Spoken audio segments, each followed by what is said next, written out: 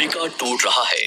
Africa का लगभग एक तिहाई हिस्सा अफ्रीका से अलग हो रहा है। वैसे ही जैसे आज से 10 करोड़ साल पहले भारत अफ्रीका से टूटकर आज के तिब्बत से टकराया था, अब वैसे ही अफ्रीका का ये टुकड़ा भारत से टकराने वाला है। और अगर ऐसा होने वाला है तो यहाँ की जमीन ऊंचे पर्वतों में परिवर्तित हो जाएगी।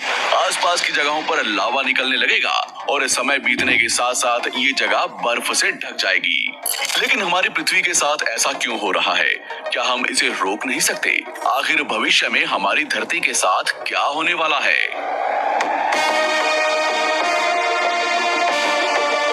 आज से लगभग 4.5 करोड़ साल पहले हमारा पूरा ग्रह पानी से ढका हुआ था।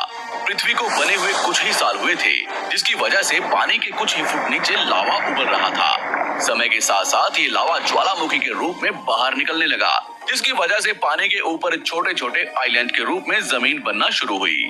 और कुछ लाख साल बाद पूरी पृथ्वी पर कई लाख छोटे छोटे द्वीप निकल चुके थे और अब धीरे धीरे धरती की ऊपरी सतह ठंडी हो रही थी, जिसकी वजह से धरती में दरार होने लगी और इसी वजह से छोटे छोटे द्वीप एक जगह इकट्ठे होने लगे। ये घटना कई लाखों सालों तक हुई। ये द्वीप कई बार इकट्ठा होकर टूटते रहे और कई लाखों सालों बाद ये सारी जमीन एक जगह इकट्ठी हुई, जिसे आज हम पेंजिया महाद्वीप के नाम से जानते हैं। आज से लगभग 20 करोड़ साल पहले पेंजिया फिर से टूटना शुरू हो गया और उसी विशाल महाद्वीप में से भारत, अंटार्कटिका, ऑस्ट्रेलिया और अफ्रीका से टूटकर आज के तिब्बत की सतह से आ टकराया। टकराव इतना भयंकर था कि इसकी वजह से तिब्बत की जमीन सिकुड़ गई और जहां टकराव हुआ वहां विशाल हिमालय खड़ा हो गया। आज भी माउंट एवरेस्ट की ऊंचाई बढ़ रही है क्योंकि भारत की जमीन तिब्बत की ओर दबती जा रही है। आज आप जितने भी देश जानते हैं वो करोड़ों सालों पहले एक हुआ करते थे। धीरे धीरे वो अलग हो गए और आज भी हर साल धीरे धीरे अलग हो रहे हैं। और इसका सबसे बड़ा उदाहरण है अफ्रीका का ये हिस्सा, जो 2 हिस्सों में टूट रहा है।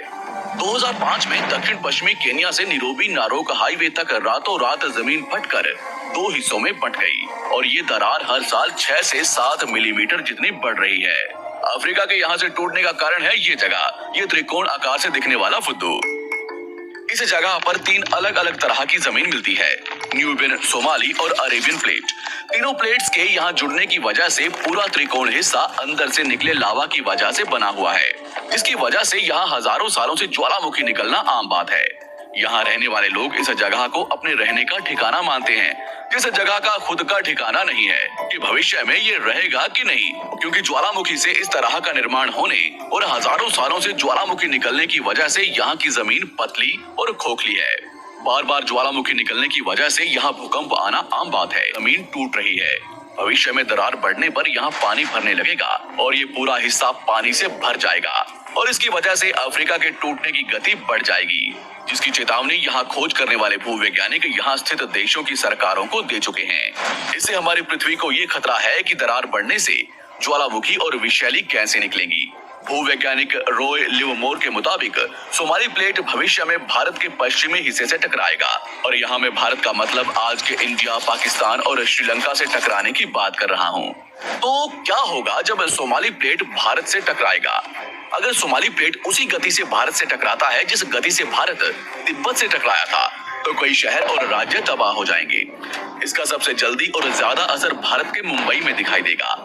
समुद्री किनारे साल दर साल उठने लगेंगे और भूकंप आम हो जाएंगे। समय के साथ साथ ज्वालामुखी फूटने लगेंगे। धीरे धीरे सोमाली प्लेट गोवा से केरला और श्रीलंका के संपर्क में भी आ चुकी होगी।